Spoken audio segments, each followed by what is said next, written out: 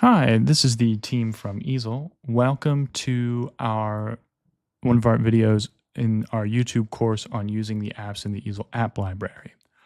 Um, Today we're going to be talking about the texture app, which I think is an app that we can get a lot of utility out of, and I think is really interesting when combined with a couple of different features. So I'm going to try and highlight those as we go and do a couple of different things. One thing to note before we get started is this text here has been text that I've converted into an object. And we did that earlier on in the course. And there's a video we have on our YouTube channel that explains how to turn text into an object, which I've linked below. So if you're curious about how I'm doing this with text, it's because it's an object and I've converted it already. So that's just something to keep in mind as we go. Again, we'll have a project link below that you can access and play around with in just a kind of a free space. And we're just going to kind of jump right in. So like all of our apps, to use it, go ahead and select the object you want to use the app on, and then select the apps icon from the Easel app library. And when you scroll down, you'll see one here that says texture generator. And I'm going to go ahead and click on that. And we'll see a bunch of different parameters and a couple of other things. The first thing I'm going to mention is there is a box here that says custom texture. In all the testing that I did for this video, I could not get a custom texture to load or anything like that. I couldn't figure out how to make it work. So in this case, I would just default to saying that custom textures are not something that's going to be, you'll have the ability to do in this case. But there's a bunch of textures that are preloaded.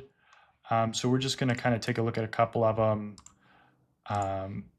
Just kind of a bunch of different things, lots of really cool different textures. So I would encourage you to just play around with it and see what works best with you, or what you think works the best. I think a lot of them are very nice, very interesting. Let me see if I can find one that I think will work well. Yeah. So this is our texture that we're going to use, and we can then scale it, make it larger or smaller, depending. It varies very quickly. So I would say scale incrementally until you find something that you want. And keep in mind that, if you scale it really small, those are thin lines, so you want to make sure you're using the correct bit to carve that, or you're not going to be able to carve anything. You can scale X. When you scale X, it equals scale Y, or you can scale Y on its own. So you can play around with that. I think it works best when you scale them together. I think it's just going to look the best. You can rotate your object or your texture to whatever you want, be it a negative number or a positive number. You can translate the X and the Y, which basically moves the texture over or up if you're doing the Y. You can add a padding to it.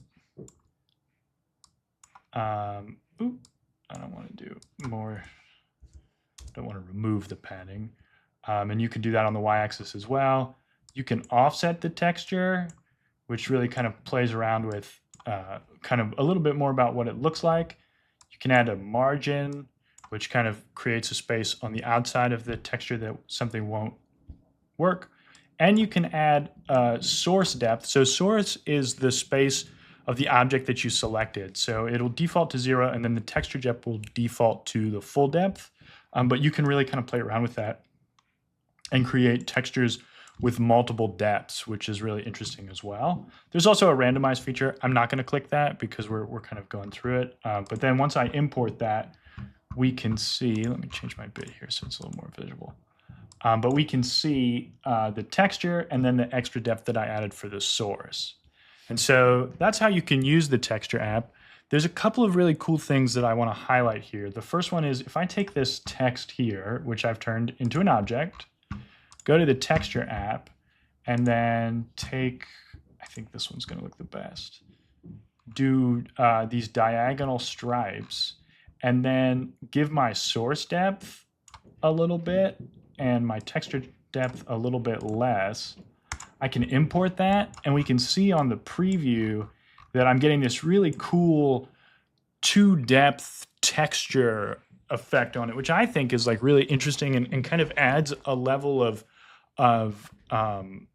involvement or kind of a level of detail that you don't often see with single depths. You can really kind of create that a little bit more easily than kind of painstakingly kind of adjusting it one by one. And I'm going to double down on that here and maybe adjust my texture just a little bit. And we're going to go ahead and copy this and move it over here. We'll make it just a little bit different. But what I think is really cool, or what can work really well, is combining this with like our raised text feature. And basically you can take this, add a texture to it, and I'm going to do the same texture, the diagonal lines. And then again, you want to change that source depth to 2 separate things. Then you import it. We'll bring this all the way forward. Change the cut depth to 0. And then let's make it just a little bit bigger. Ooh, no, not like that. A little bit bigger. And now we've got this really interesting raised text design that's got multiple layers. That's just a really easy and quick way to achieve something like that without going through and painstakingly kind of creating those diagonal lines by hand.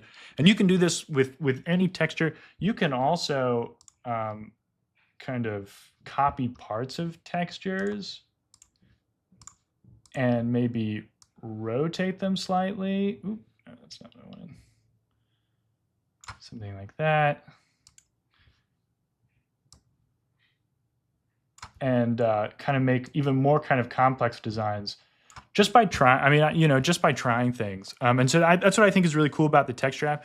It really gives you a lot of leeway to create more interesting depths in Easel, and multiple depths. And so I would really encourage you to test this out.